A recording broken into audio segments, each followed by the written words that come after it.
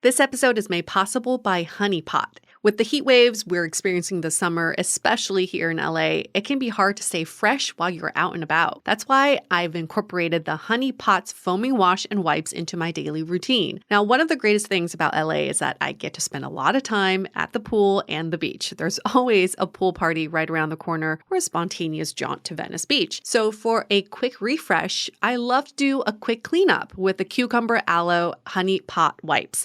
They're so easy to use and transportable. I could refresh myself anywhere, anytime. The foaming wash is also fabulous when I shower. And both the wipe and the wash are plant-derived, backed by science, dermatologist-approved, gynecologist-approved, and hypoallergenic. In other words, nothing harmful for your most sensitive areas. Get 20% off your first order from thehoneypot.co/summer. That's thehoneypot.co/summer to get 25% off your first order and join the Hive today. Hi, I'm Yui Xu. And I'm Julie Kraftchick. We're active daters turned dating sociologists. Here to dive into everything modern dating and relationships. Welcome to the Dateable podcast. Hello, our summer friends. Welcome to another summer episode of Dateable, as we're in the off season, which is still the on season, just without new guests. Until next week. It's like we never left because we didn't. We didn't leave. We never leave. We're always podcasting. We're always here. In our sleep, we're podcasting. Sometimes I do feel that way. I was like out with a friend and we were talking and she's like, how come I feel like I'm on a podcast right now? I've totally had people say that to me, especially when we're like in their dating woes. I always have to like remove myself a little. I need to get better at this. So any of my friends that are listening, I need to separate, like, I'm not on the podcast giving my thoughts and advice, just being a friend and listening. Yeah, that's part of it. And two, I think we're just better listeners from being podcasters. I think like my friend's feedback was, I've never had someone listen to me so intently. Like, yeah, because people are shitty listeners. Well, I remember like when I first met my partner, like when my friends would come around, he'd be like, you guys talk about dating a lot.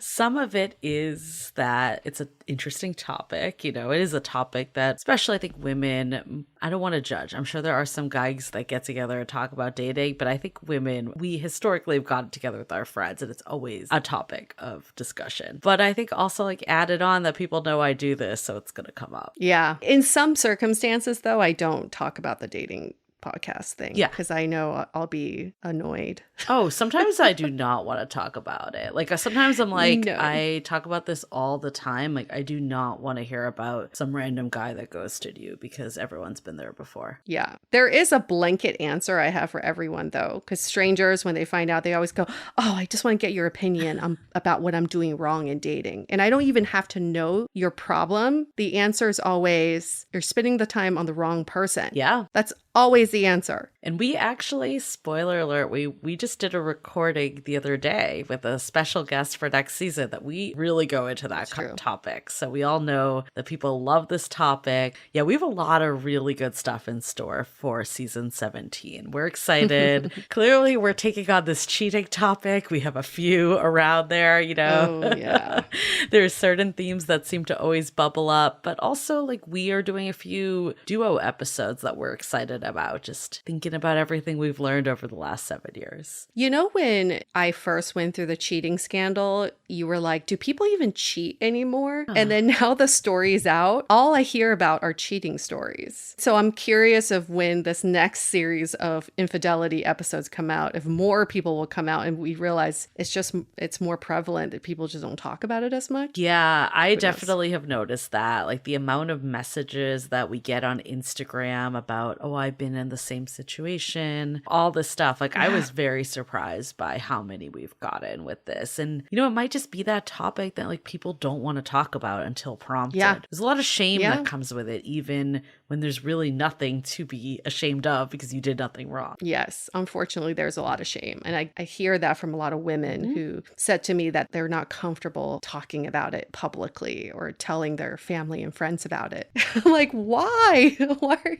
You know, you didn't do anything wrong. There was a perception like you scared them away. You weren't desirable enough. I'm not saying this is true at all, but I think that is like what goes through people's heads. There was a reason why this person did it, when usually the reason has to do with them more than anything. But that's why it's shameful. Yeah, we're going to change that narrative. Even if it's one person, we got to change at least one person's mind about this entire topic. But we are shifting gears for this episode. It's a little bit less about dating and more about the business of podcasting in a way. So, Julie, you actually have a history with our guest today. Yeah, I mean, I met our guest, or I guess our guest. She was our interviewer. We're just re-airing her podcast. So I guess in a way a guest. But anyways, Darci, she has a podcast called Down and Dirty with Darci. Darci has a really big TikTok following about career advice. So I actually met her through my partner's best friend in Tahoe, and she is her sister-in-law. So if you didn't follow that, there's a few connections here.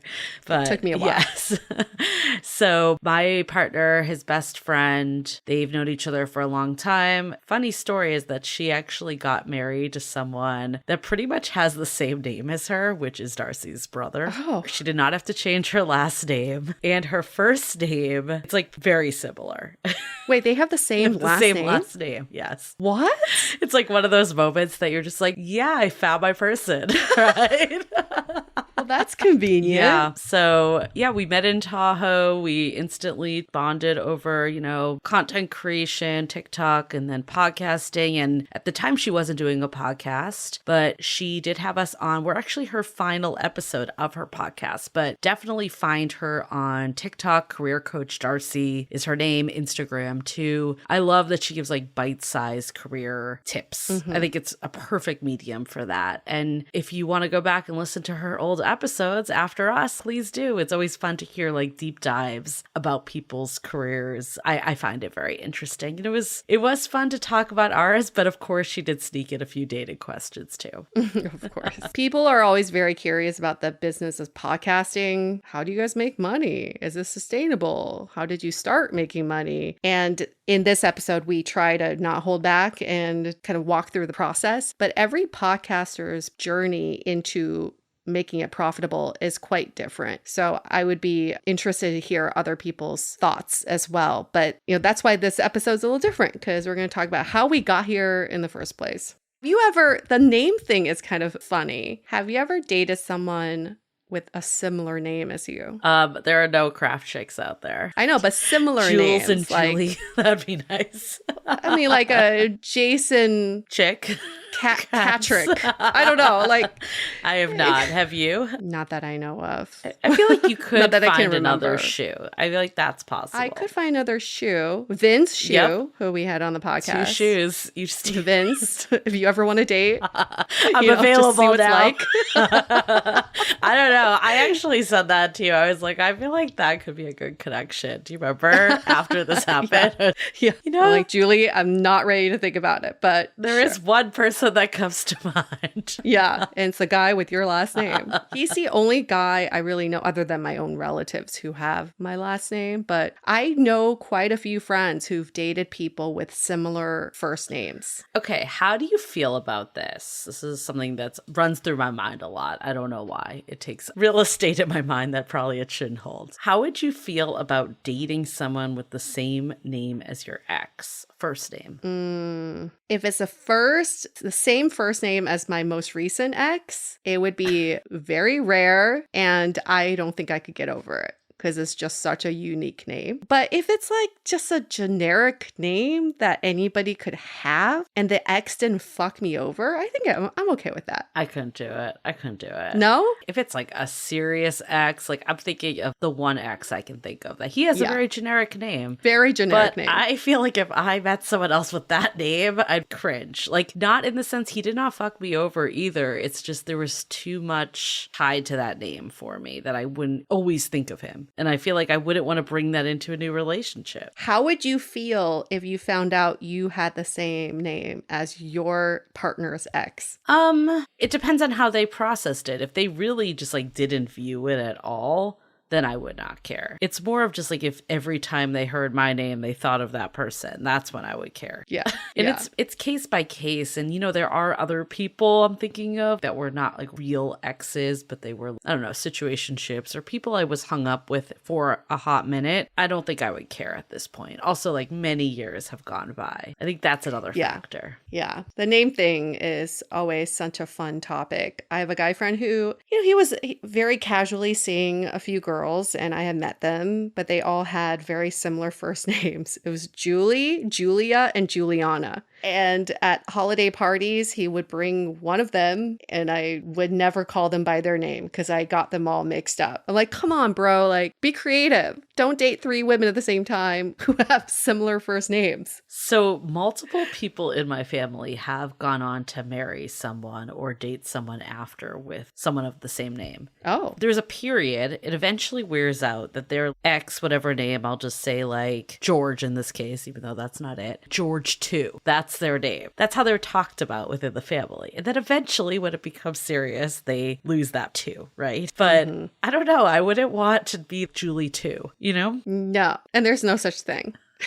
Julie the second. Yeah, like, I don't know. You're like, I'm the first and only. But I will say the same last name as you makes it very easy because I've had this conversation before that, like, I feel like as a 40-year-old woman and someone that does podcasting, right? Like, I feel like I have a name and brand with my first and last name. And to just take someone else's last name at this stage feels weird to me, but I also like get the traditional aspect. So I'm torn of like what I will do eventually. But if you had someone with Craft Chick, problem solved. You don't even have to think about it. Oh, I'm going to vent for 2 seconds. I find the whole name thing so archaic because 1, why do I have to belong to your family now? And then 2, when I have kids, the kids come out of me, yet now they belong to the guy's family. That makes no fucking sense to me. And someone else pointed out to me the other day, they're like, if you think about it, once you change your last name, you're kind of erased from your family tree. Yeah, I don't like that. You're like, don't exist there anymore. And that's awful to think about. The only thing pro it is I feel like if I had children, they would carry his name most likely, right? Just most traditional aspect. So then it's like you're off with another name while everyone in your family has the same name. Like I feel like not being part of the unit that way is kind of weird too. That's why you should just be with someone that has the same last name as you. Or create a different last name. Yeah. I had a high school friend who did that. They just created a completely different last name. But then that doesn't solve the problem of not being in your family anymore. Yeah. You're still in there. Yeah, that's I don't true. mind the hyphenated name. I might do that Yeah, someday. hyphenated. Yes. But it depends on what you're hyphenating. Oh. Your name is pretty long. Yeah, mine would be a mouthful. That's all I can say. It would be a mouthful. That'd just be a lot. Oh, maybe one day we'll solve for this name thing. In the meantime, if and when I have kids, they're keeping my last name. That's all I gotta say. But then I look at my last name and I'm like, oh, that's my dad's family anyway. Yeah, it's the whole Still thing. belongs to a man. There's no way around any of it. Can't solve it in our lifetime, but at least we can talk about it and think about it. That is true. We're super psyched because we're going on a retreat this weekend. Yes, or next weekend. we are. It's going to be amazing. And by the time this airs, it will have been a few weeks. So we're getting it out of order. But Julie and I always wanted to do our own Dateable retreat where we lock ourselves in an Airbnb and mastermind our takeover of the world. So watch out, world. Shit's gonna happen after next weekend. I love this. I love this. I was also talking to Yue before this, and I'm like, we also need to do like a ceremony for you. Because this also like originated as, okay, post breakup, let me come down and let's do a trip. And then it morphed into more. But Yue just alerted me, I did not know that we can actually hire a sound healer and masseuse for the Airbnb, which I did not know of until 5 minutes ago. Yes. That'd be amazing. I feel like what better way to let go than sound healing? If our podcasting doesn't work out, there are so many businesses that we can do that tack on to an Airbnb, Julie. If we want to do like dating advice, but at your Airbnb, we can do it. We just come to your house, sit down with you for an hour, walk you through your dating woes. Oh my God. Can you imagine? I can. I actually like the Airbnb idea because you could just tack on like 10 different services all at once. It's Absolutely. like we can massage your feet and give you dating advice at the same time. Oh yeah, not doing the feet, but yeah, you're like you're on like foot that. duty. Yeah. We can divide and conquer based on. Not it. Maybe we should just become masseuses. Here we go. We can. This is a revolutionary idea. Have you ever had a massage? I've never had this, where one person is like doing your shoulders and the other person doing your feet. What you're saying is we can tack on dating advice to any service out there and it be legit. Like, oh, you need your car washed? We'll also give you dating advice while we wash your car. We can take turns this way so we don't have to multitask. I'll be like, okay, you go first. I got the washer duty. And then when it's time for me to chime in, you're like, okay, take it over. Tag you in. I'm like, okay, I got windshield. Got it. I'm like, I did the left side of the car. You're ready for the right side, whatever. We laugh now, but when we become billionaires in the next year, we're like, you know what? We abandoned the whole podcasting idea. It was too much work. We can go back on Down and Dirty with Darci and give her an update. We're like, listen, don't do podcasting. Just do tack on Airbnb services. She's like, I haven't done the podcast in 3 years. We're like, you need to come back special edition with us. We have cracked the code. Yeah, we'll give you all the secrets behind our fortune we're about to make. I love that you're like, you're on foot duty. No. But we got to start somewhere. Hey, right. I volunteered for foot duty. Thank God. I'm a team player, Please. Oh my God. Okay, well, hopefully it doesn't get to that. Hopefully it doesn't get to that. I don't really need to be doing foot massages with my life. But if we are billionaires and we have to massage feet, I would do it. Could you do it for $1 billion? Okay, yeah. Would you? Yeah. Exactly. I mean, everyone has a price, right? I don't know why this just popped up in my mind, but it goes back to that diaper fetish episode that we were talking about. Yes. You and I got off that call. For all of you who missed this, we did 2 diaper fetish episodes. One was kind of a follow-up of someone that actually had a diaper fetish. And we got off the call, we were just like, if we met the perfect guy and all we had to do is be in a diaper, we'd do it. It's kind of the same thing with the foot massage. Hell yeah. There is a price you'll do it for. Everything is negotiable. That's the business takeaway that we're shedding to people. Hey, you know what? This is actually a great call out to our listeners. If you haven't given us a 5-star rating and review yet in Apple Podcasts, this is your chance. 5 stars in the body of your review. Tell us what you're willing to do for $1 billion. No, don't go there. But give us your opinion. Do you think this foot massage and dating advice idea could go somewhere? Does it have legs? No pun intended. What'd you pay for Just it? write legs, no legs. That's all you need to put in the review. And then how much would you pay for it? For 60-minute massage and advice, how much would you pay? Market research. I love doing career episodes. Okay, well, we're going down a delirious path. We're about to become more professional and more put together on this podcast. Boring.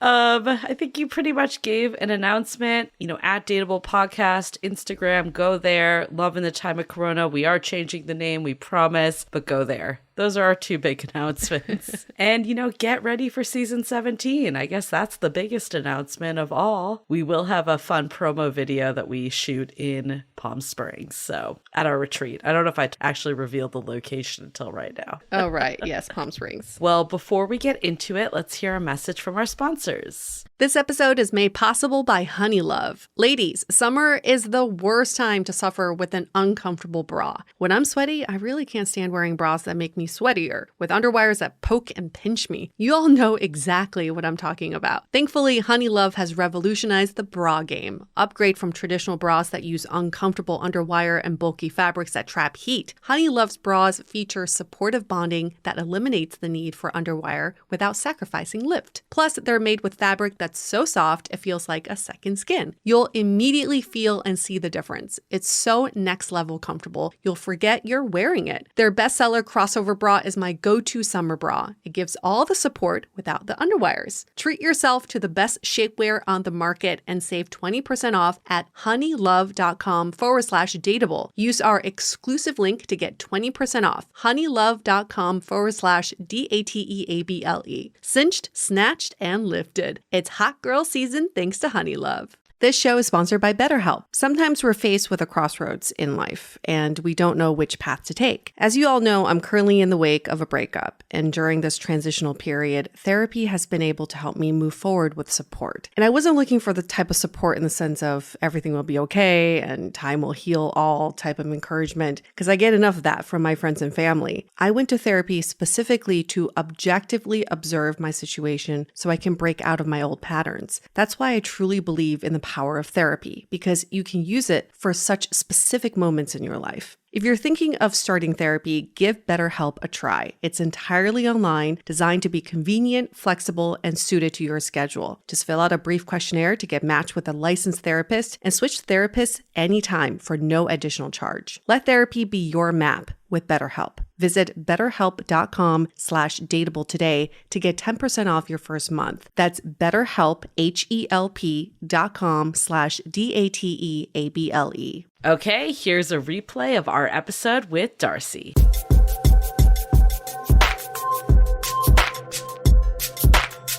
It's Darci, Career Coach Darci here. I can't wait to introduce our guests, so I'm going to get right into it. We have Julie and Yue with me. They host a podcast called Dateable, and they've had this podcast for over 8 years, and they dive into how they started it, all of the amazing things that I feel like learning about podcasts, I kind of jumped into it so quickly, and it was really cool to hear from them because they started it back when there weren't as many as there are today. So really interesting to get down and dirty about their podcasting careers. They also have corporate careers as well. And just a little fun fact for you, this is our last episode of Down and Dirty with Darci, which I will cover a little bit more of that after the interview. So stick around and listen to the end of the interview where I will come back and chat with you. But let's get into it. Welcome back to Down and Dirty with Darci. I am here with Julie and Yue. I am so excited to speak with them. They have a podcast called Dateable, and I'm going to let them take over their bios. So whoever wants to jump in and go first, please go for it. Sure. Yeah. I'm like, where do I start? Yeah. Tell us a little bit about yourself is my go-to question, as if I'm interviewing you. Perfect. Yeah. So my name is Julie Kravchik, and I'm one of the co-founders and co-hosts of Dateable. And, I didn't think I'd ever be a podcast host. This was not something that I set out to be, partially because this didn't exist when I was in college and when I was, thinking about career trajectory. But what's funny, actually, in retrospect, so I got my career started in design. So I've always been like in a creative type field. And, I actually started more in like advertising and eventually moved into like web and app design, which I still do today on top of the podcast. Mm-hmm. And it's interesting because I remember having this conversation with one of my former managers. And at this point, I was very far from creative world. I went from being in a creative position when I first got hired at my first job. And then somehow they were like, oh, we heard you're good at creative. And it went from actually making creative to reviewing creative, which is kind of like the bottom of the barrel of it. But I was young at the time, and I'm like, I'm just going to go with it and see if I like it. And, my career took me in some interesting areas. I was doing like pricing and yield management at for a tech company for Yahoo. Yeah. Probably you don't even know what that means. I was deep in Excel, and I was just like, wait, I was a creative. What happened? And that actually, prompted me to go back to school for design. So actually, sometimes when you can get off course, it could actually be a good thing. But where I was going with this is I remember a former manager when I was thinking about like, okay, should I take this new role? Should I take this promotion? Him saying, what do you actually want And even from that early stage, I was like, I want to have like a website that I eventually monetize and I own the content. Never did I think it would be dating. Never did I think it would be a podcast space, but I knew like I always wanted my voice to be heard in content. So it's really interesting, like looking back of like how, you know, even these jobs and roles that felt so far away at the time have actually helped me get to where I am today. Yeah. Wow. And so you went to school, like how long were you in between before you actually pivoted and went back? Because that's so many people that listen are like, I don't know if I'm ready to make that jump and make that decision, even though I feel a little bit off track. So yeah. I feel like I've had, you know, 3 careers in my, like I graduated college in 2005. So it's been a while. So it's not, no spring chicken here, but it's been a while. But initially I was in advertising and then I wanted to be in more like real design. So I went back to school probably, I'm trying to think now, it's been so long, but at least it was about 8 years in because I eventually left. Yeah. I was working at Yahoo, which was up there with Google and pre-Facebook, but at the time now it's a dinosaur, it doesn't exist, but it was like the hot tech company. No, it's so cool. Yeah. It was the hot tech company. It was the hot tech company at the time.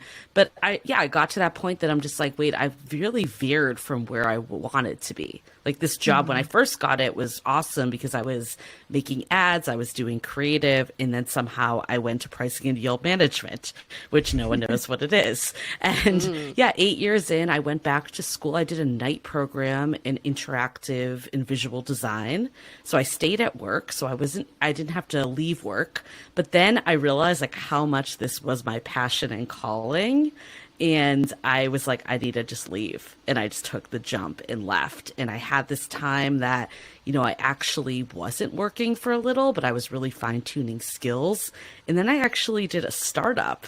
So I've had like multiple career paths along the way. But the fun fact of the startup, so I kind of, at an early stage, knew I wanted to connect people. And it actually started off as a dating idea, which again kind of comes full circle to where we are today. But the idea was that I was frustrated by dating apps. And I'm like, where were the days like back in the day where you just met people organically, like in college and high school and, you know, through friends of friends. So I created this app that was called 500 Brunches, where it connected people in small groups over brunch so you can meet in person. So it was kind of like a more curated meetup. And that's actually where I met Yue. Yes. So that kind of brings us full circle. I was going to ask. Yeah. Yue, give us tell me about yourself. And I can't wait to hear how you guys connected and started the podcast. But give us a little background, 500 please. Brunches. We're like, let's talk about dating. With some mics in front of us. Yeah, exactly. We don't know what we're doing, but it's been such a ride. I graduated in 2003, so I'm even more of a dinosaur. And I think, you know, when I first graduated college, I always wanted to be in entertainment, but I had no connections, no family members have ever gone through that route. And so I just went the corporate route. I was a consultant and I was like traveling every week, but still this pull towards entertainment was still calling me. So I quit my job when I was 25 years old. So I had the quarter life crisis. I was living in New York City and I said, I want to be a TV host. At the time, there was no such thing as like cell phone cameras or any digital media. I took an actual video camcorder. I don't even know, is that what they're called? A camcorder? I think so. Like the one that handheld. And I recorded my coworkers at the time, before I quit, I recorded a fake red carpet Emmys event with them as guests on this red carpet. That was my first reel that I had snail mailed to agents in New York City. And I was very lucky because at the time there were very few Asian faces on TV. And this one agent, which is like one of the biggest agencies in New York, reached out and said, we are interested in working with you. And so it was very much about luck and timing. So I was a TV host for over 10 years, but during that time, it's not a sustainable entertainment is not a very sustainable career when you're just freelancing. So you go from show to show, gig to gig. So in between, I was filling in the time with more consulting work. It's funny. It's like when I was in corporate, it's like I want to be entertainment, but I was in entertainment. I was like, I need the money of corporate. Right. So still had both, Yeah. right? And so I realize now, fast forward to however many years later, you do need a balance of all of it. You can't just double down on creative, and you can't just double down on the mundane, like business side of things. You need a balance for it to feel fulfilling, honestly, and to make a living out of it. So, after that, the full freelance gig in New York, I moved to Beijing on a whim for personal reasons. It was supposed to be a 2-week trip, ended up staying for 2 years. And at the time in those 2 years, I hosted a TV show in China in Mandarin. And it was probably one of the most life-changing experiences of my life in terms of my career and personal life, because I felt like it gave me a jolt. It was like, you know what? You went down this one path.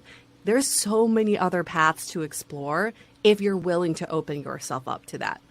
So did this entire thing in China. It was very challenging. Mandarin is not a strong suit for me anymore, even though I was born in China. It was really hard to host a TV show completely in this language.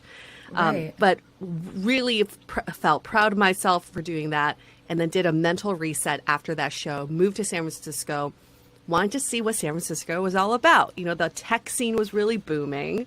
I heard all about Yahoo, and I was like, tell me all about Yahoo. The top of the tech scene right there. Yeah. I like that. I like that callback. That was great. Show me your ways, Yahoo. And when I met Julie at one of her events, I just remember being so in awe of all the people in San Francisco and how entrepreneurial they were. And how they were able to think outside the box. Because for me, I come from such a traditional background where everybody in my family followed one career path. And you come to San Francisco and everyone's got something else going on. They may have their day job and they're working on this thing. They're building a thing. They have a product. And Trying to afford to live here. trying to make a living. And I just think it shows how the current workforce is so different than it was even 10 years ago. People can have multiple revenue streams, income streams, and also fulfill the different parts of their brain. So Julie and I met in San Francisco at one of her events, and we started talking about dating, of course, as one would. I was new to San Francisco, never dated in San Francisco. Julie had only dated in San Francisco during her adult life. So we had a lot to compare, and just had so much fun talking about kind of like all the stories we had. So we decided to start the podcast, but of course we never thought about it as a full-time job. No. It was purely for fun. I had like these lavalier mics from productions I've done. We just put them on us and we're like, let's just record. And our first episode, we found one of our friends and he told a story, and we had people in my apartment. It was just so like, we didn't know what we were doing, but let's just see where this goes. It was very fun. But of course, we both had our separate careers. And in San Francisco, I ended up going into tech, fitness tech. But content creation was always at the backbone of what I did. So I knew that no matter what I do in my career, there's always going to be a piece of content in there. And I will also admit that what makes my career, my day job more fulfilling is because I have Dateable as well. Same. Yeah, I would be completely bonkers right now if that was my only job. No, it's like so nice to have the balance of Dateable. I think, does it still feel like it's fun, and it doesn't feel like it's, of course there's a lot of work that goes into it, obviously, but does it still get to feel like the hobby, that same kind of passion, versus, especially when you have the comparing it to your corporate side, because both of you guys still have corporate jobs, right? Yeah, I mean, honestly, like both of us one day would love to do this full time, but there is a little side of me that is a little fearful of that, because then this is like your revenue source. So we do have our corporate jobs, and that security blanket that this still can feel fun.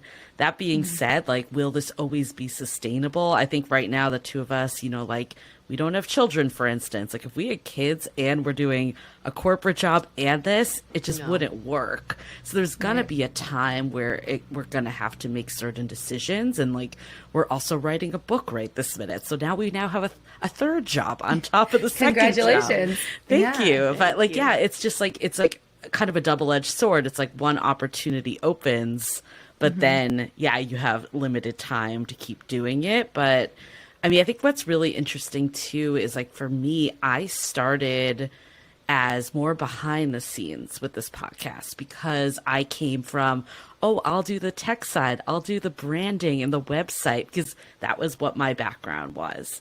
And also it was, I think, a limiting belief at the time, but, like, I thought because, like, I didn't have any sort of credential, like, who was I to get on a microphone and start talking? We're like UA, and then we had a host at the time when we first started. They were both former dating coaches. So over time, we just, like, you know, there was reasons why just the other host ended up moving on. Just he moved out of San Francisco. We were San Francisco based at the time, and just other reasons too. And we actually really looked for a second co-host. Let me say that again. We really looked for a second co-host hard, and we just could not find someone that there was good chemistry with at all. And I just started talking because you and I were friends, and we're like, wait, this is working better than any of these other people that are randomly coming on. So there were, like, a lot of those kind of, you know, paths that were open because the opportunity presented themselves. So I think sometimes we think we need to have certain credentials in our resume in order, but oftentimes it's just taking the risk and trying something. Yeah, I agree. And plus the genuine connection between you guys when you talk, it comes across. When I have a question, when you meet people, like, strangers or out and about, and they go, what do you do for work?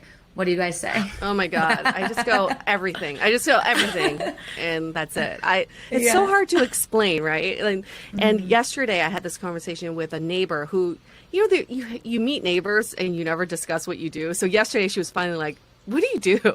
What the heck do you do? And I said, I have a day job. It's in fitness and tech, but my passion is my podcast called Dateable, and we've been doing this for almost 8 years. And she's like, tell me more about the podcast. Everyone's always more interested in the podcast, right? So that's been my elevator pitch for myself. I don't know what Julie, what do you say? What's yours, Julie? It depends on who I talk to. I think that's more of it. Yeah, I'm with you on that. Yeah, it's also interesting, though, UA brought up the point of when you say 8 years, because a lot of people have podcasts now. So sometimes you're almost, like, not looked at seriously. If you're just like, I have a podcast, like, they think there's, like, 2 people listening.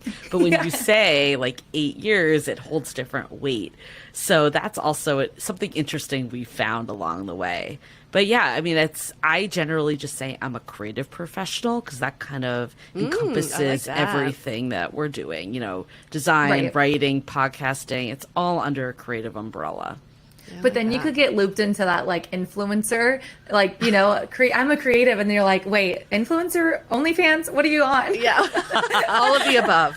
I know, my dad jokes, he's like, you're an influencer, and I'm like, no, I'm not. But then we'll get our ad campaigns, and it'll be like, dear influencer, and I'm like, I guess we are a little micro influencers.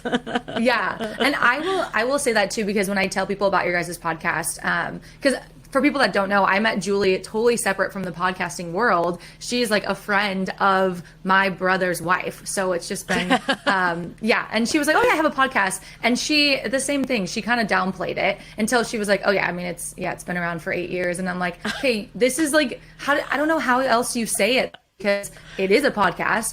You're not going to say, just by the way, guys, it's super successful, right? Like, you're not going to say that.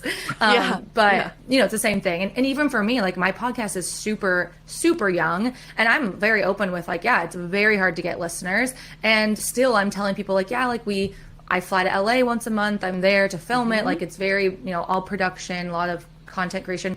And still, you're like, why am I trying to prove, you know, that it's because everyone has podcasts. So yeah, I think it's an interesting world. Same thing in LA when someone goes, I'm an actor. You're like, Right. uh-huh. But what have you been in? Yeah, but there's such Yeah. that's such a thin line between a non-working actor and like someone and a celebrity. Like, Right. at what point do you cross over to celebrity? Because someone could be working on a show, you just don't know who they are. Right. It's kind of the same thing with podcasting. It's like there's such a thin line between like making it feel like it's more than it is. I'd love to hear how you guys describe if someone's like listening now that hasn't heard of Dateable. Can you guys give us like what they would get from the show if they went and listened? Like, what's it all about?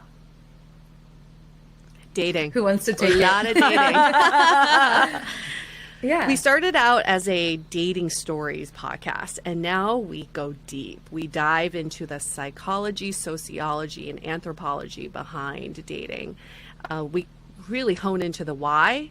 Why do people do the things that they do? And then how do we move past the things that are happening?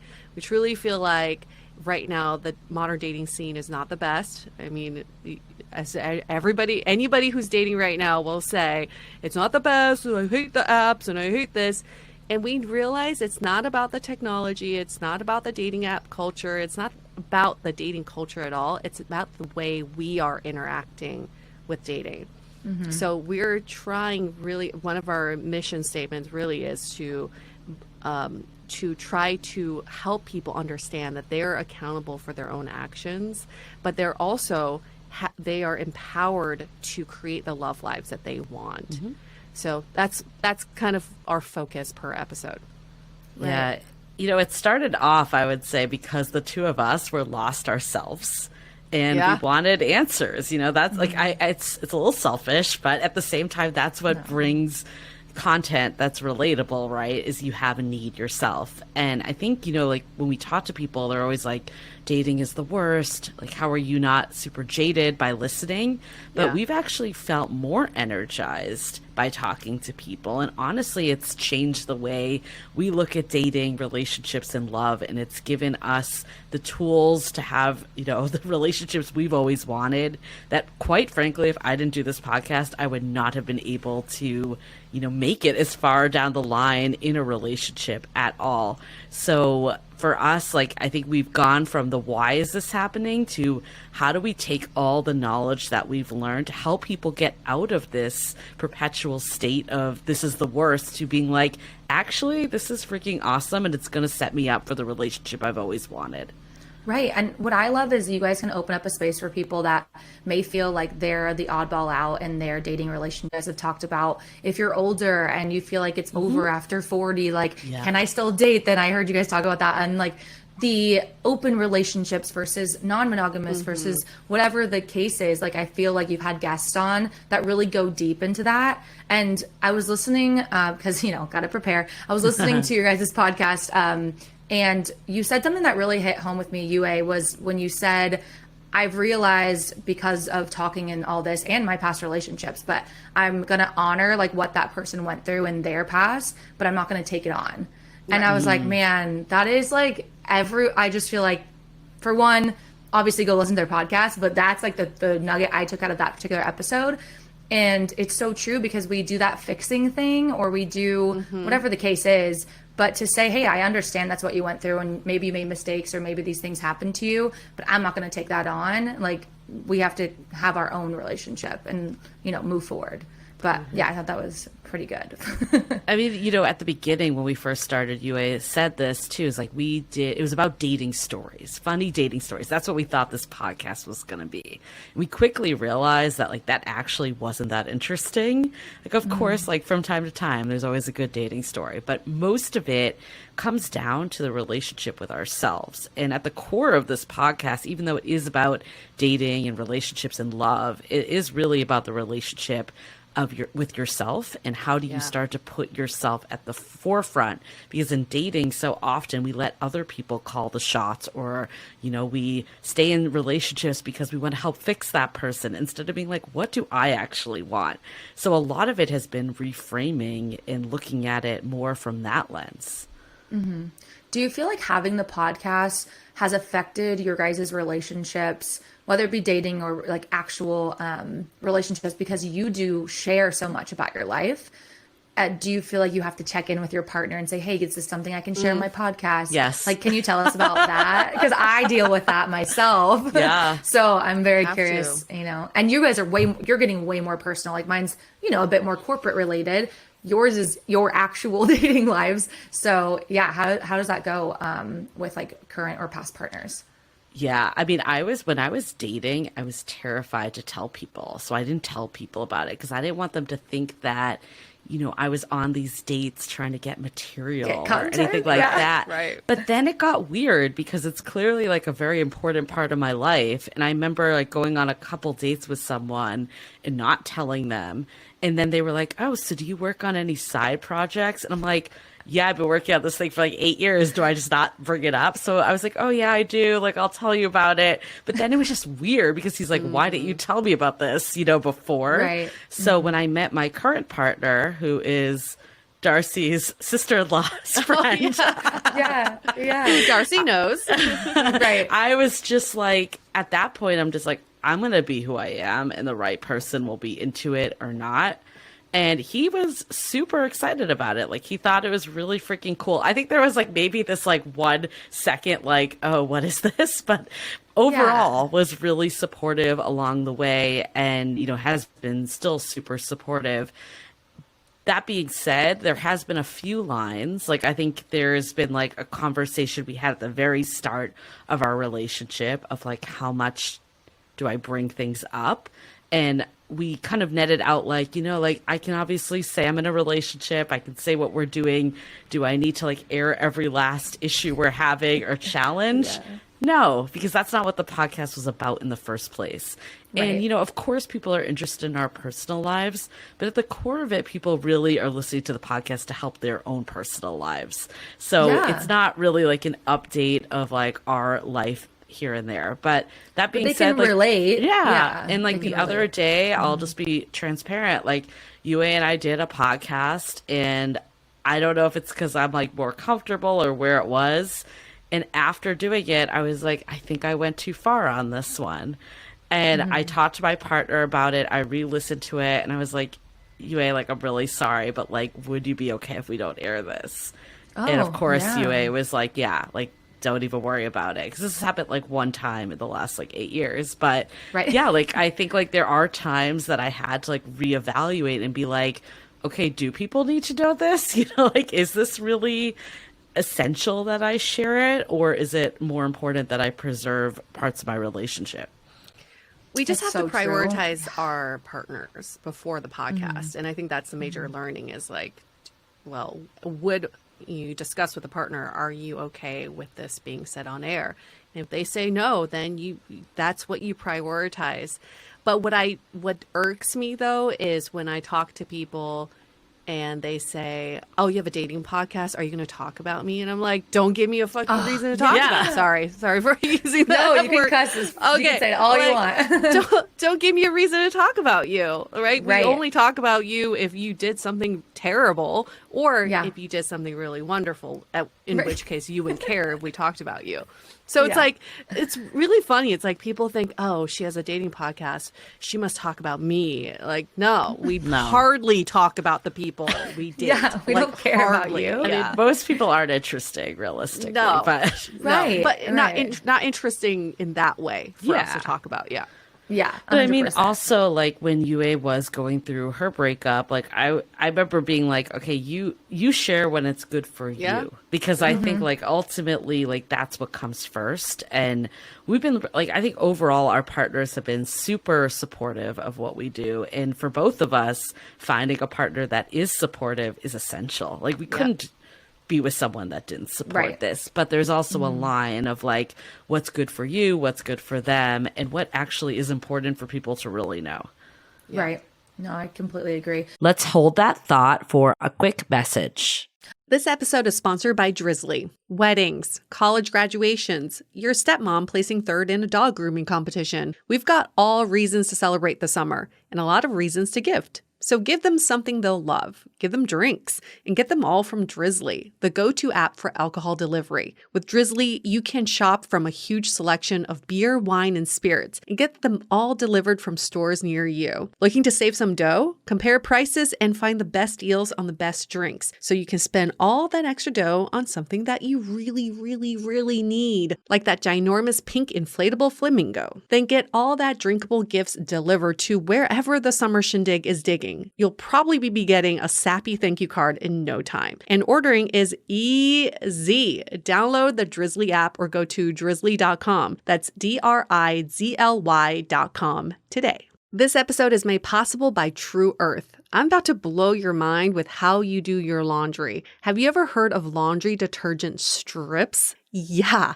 True Earth's mission is to help reduce the billions of plastic household containers that can end up in our landfills and oceans every year. With their laundry detergent eco strips, you can get rid of plastic jugs once and for all. It's so easy to use. I just pop a strip in the washer, add my laundry, and that's it. True Earth products are paraben-free, phosphate-free, free of added dyes, free of chlorine bleach, hypoallergenic, and it comes in cardboard packaging that you can recycle. It takes up so little space, and you can even take it on the go because it's not a liquid. Laundry will never be the same ever again, and they also make other household products. You can try True Earth today at true.earth/dateable and use Dateable to get 12% off. That's tru.earth/dateable and use the code DATEABLE to get 12% off today. It's funny because I called one of my, and she went through a pretty, I would say, traumatic breakup recently. It was a high school sweetheart. It's been like, really long, and marriage and everything. And I was like, hey, I'm speaking to some people on my podcast that really dive deep into different relationships and different things like that. If it does go there, like, I was like, would you be okay with me? And she's like, are you kidding me? Bring it up. Yeah, I don't care. Like, people need to know, like, this is happening, and like people can relate to it and things like that. And I'm curious, like, when people come on your podcast, are you interviewing experts to kind of have takes on certain situations? And I'm assuming, do you guys get a lot of DMs from people that are like, hey, I'm going through this. Like, can you either speak, speak about it, or what would you, like, how do you guys feel about that advice? Like, because dating is such a spectrum of advice. Whereas with me, it's like, should I put this on my resume or not? I'm like, no, yes, no.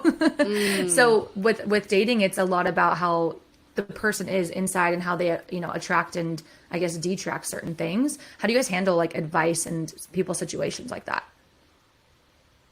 Yeah, we get a lot of DMs, and that's why we started a second show called Brunch Talk. So it's just a shorter episode where we answer specifically these questions.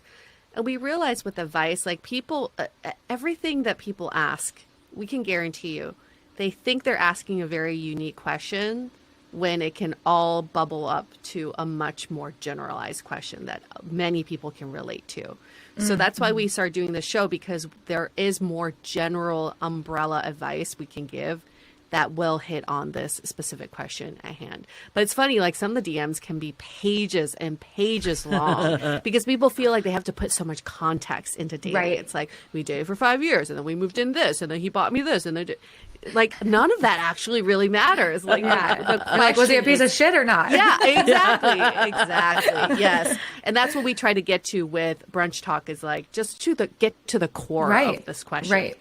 I mean, I think from day one, we've never been this podcast. We actually strongly believe this is not the way to date, is to have like arbitrary rules. And, the dating books of like the 2000s, I think, kind of screwed us all. Like the Why Men Love Bitches, the rules, like all those books. The Game, remember that one? Yes, The Game. And I mean, as someone, like, for me, I would call myself a later bloomer. Like, I really started dating in my mid to late 20s, and I used all the books, and it got me nowhere because I was not my authentic self. I was playing games. I was basically doing everything that's not based on connection. Authentic. Yeah. So I think for us, when we give advice, we never say like it's hard, fast, like take what serves you, leave what doesn't. But ultimately, we always try to bring it back to like, how are you being the most authentic to yourself? If you're like, people will be like, oh, should I text like, should I text them back? And it's like, are you driving yourself crazy thinking Yes. about why you should Yes. just text them then? You know, like, Right. I think like it comes down to your own well-being and what works for you. So yeah, like I think with experts too, like our show is a mix of us talking to experts, is a mix of us talking to daters. It's a mix of us giving our own advice from our personal experiences and what we've observed from talking to thousands of modern daters. But at the end of the day, like, you know your situation best, but we hope like the learnings can inform and at least allow you to reflect back and be like, okay, what is it that I actually want?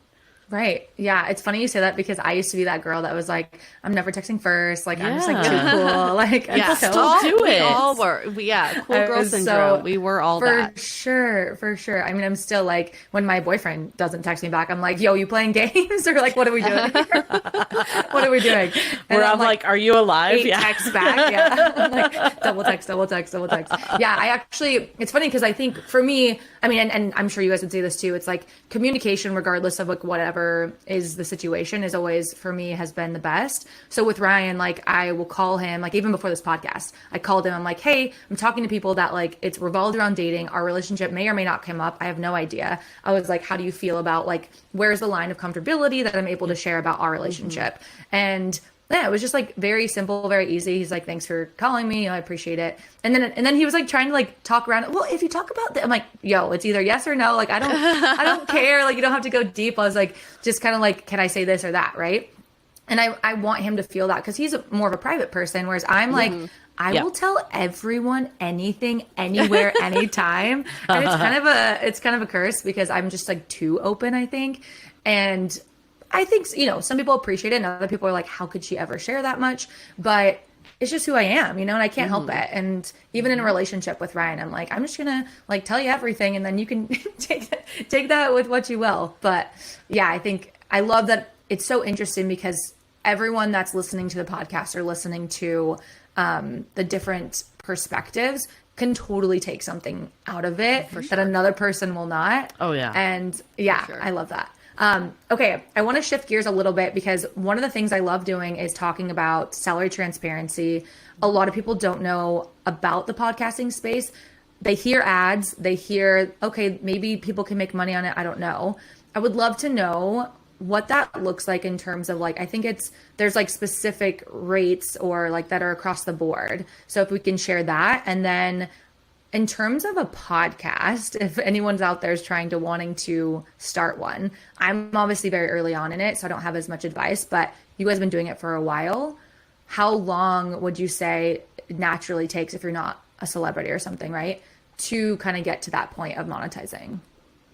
Yeah, I mean, you bring up a good point is just like the range of podcasting is astronomical, right? Yes. It's like you have the people at the very top getting like $10 million deals from Spotify.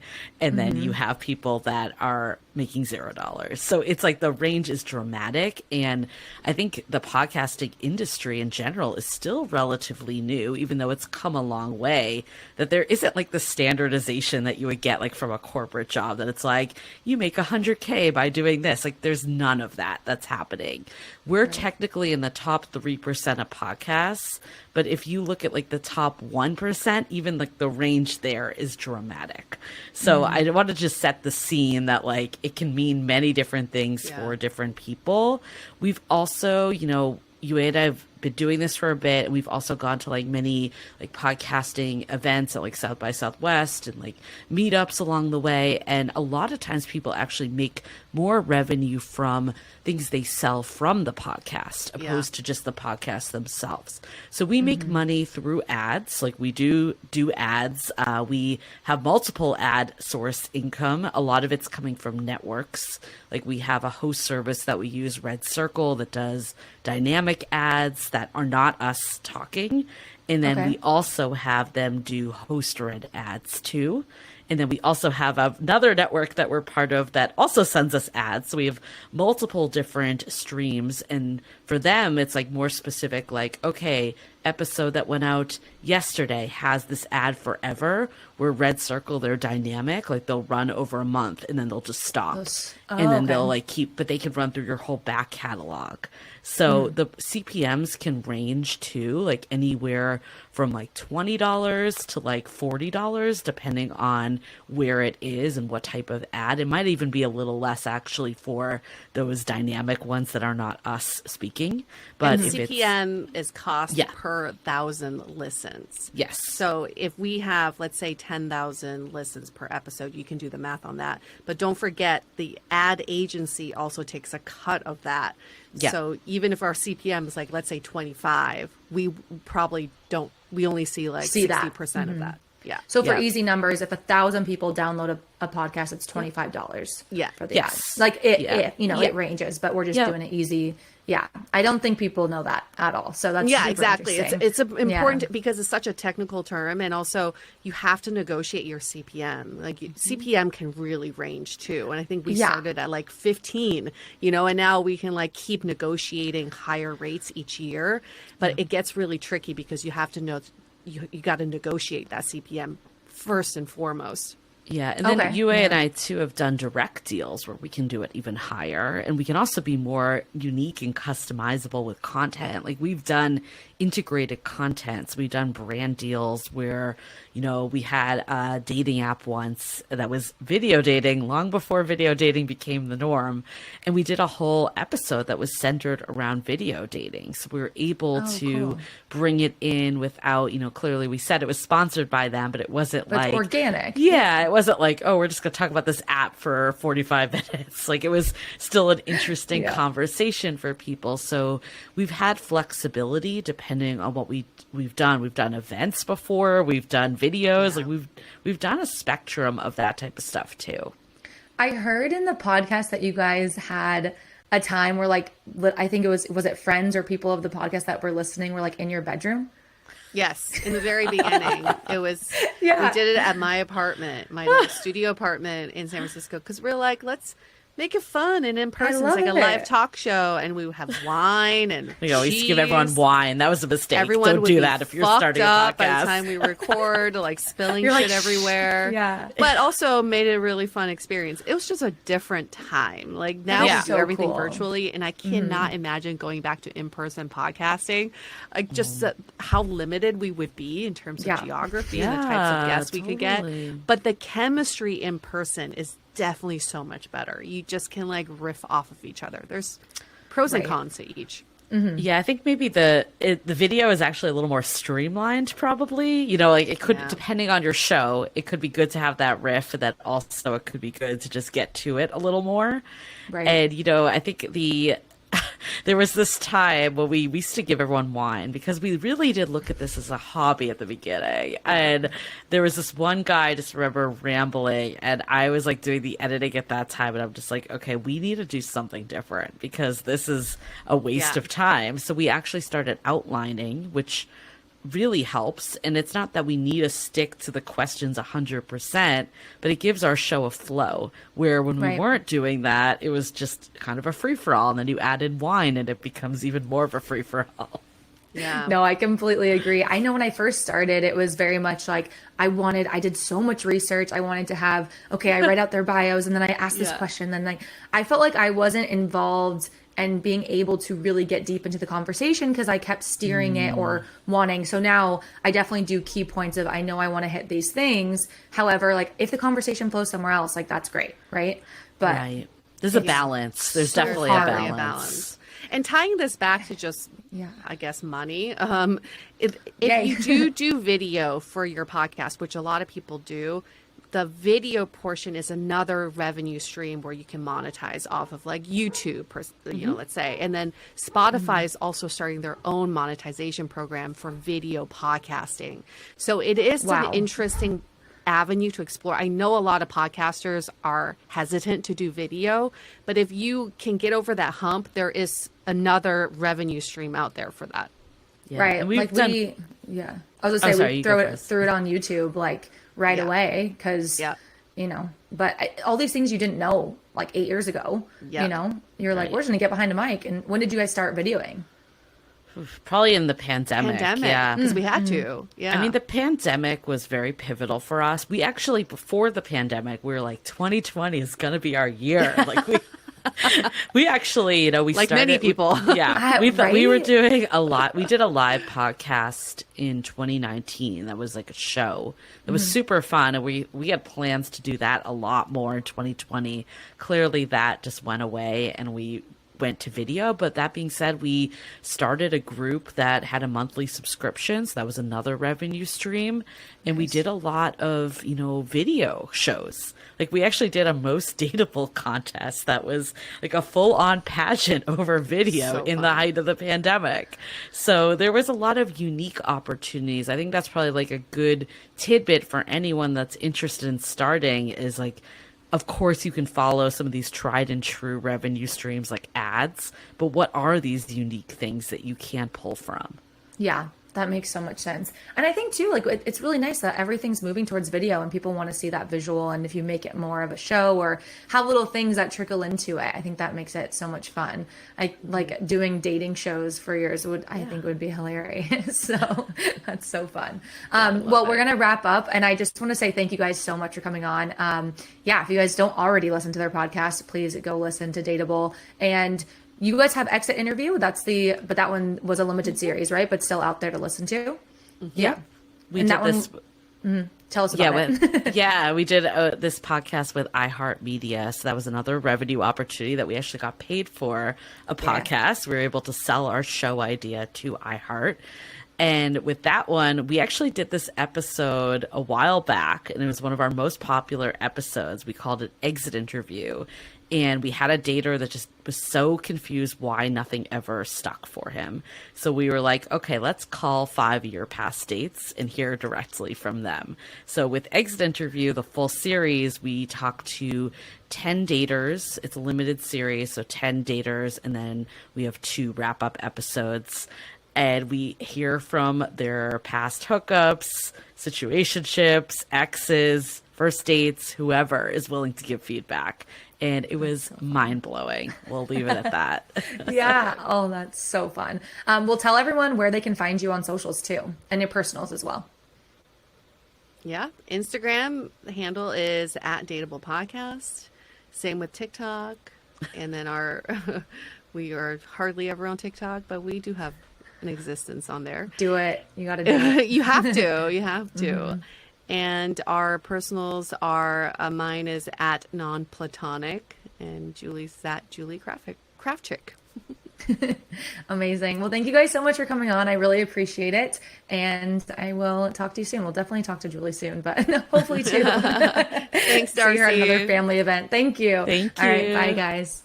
Bye. Julie and Yue were so amazing. I'm so glad I got to speak with them and talk all about podcasting and Dateable and everything that they're doing. So interesting to learn about how to monetize a podcast and all the different avenues that they're taking to do it. So if you haven't already listened to their podcast, definitely check it out. It is really amazing. And I love how open and honest they are about everything dating. So the moment you've all been waiting for, this is the last episode of Down and Dirty with Darci. I just want to thank everyone that's listened. I started this podcast with Anami. They've supported me through the whole thing, and we've worked amazingly together. So want to give a big shout out to them. If you haven't already checked out their videos, they have a bunch of free, amazing educational content on their page, anami.co. But they have been amazing to work with. And for me, it's just, I wanted a place to open up a space for a lot of people that didn't have the chance to be on podcasts or have an opportunity to talk about their careers, things that were different or a little bit odd, or things like being a stripper, being a food stylist, being a magician, things that you probably haven't heard of in the normal corporate world. So I wanted to give a platform to those careers, and I definitely set out to what I wanted to do. This was meant to be a series, and it is the end of the series. So thank you all so much for listening, and this podcast is going to live on. So anytime you want to go back and listen to your favorite episodes or ones you missed, or the career advice that I gave on almost every single episode, we had a career column on every episode where you could listen and learn about when people ask me questions in my DMs, I would answer them. And I talked a lot about LinkedIn, resume writing, interview prep, all of that sort of stuff. So go back and listen anytime. It will definitely live on anywhere that you get podcasts or on YouTube. Down and Dirty with Darci. Thank you guys so much. Bye.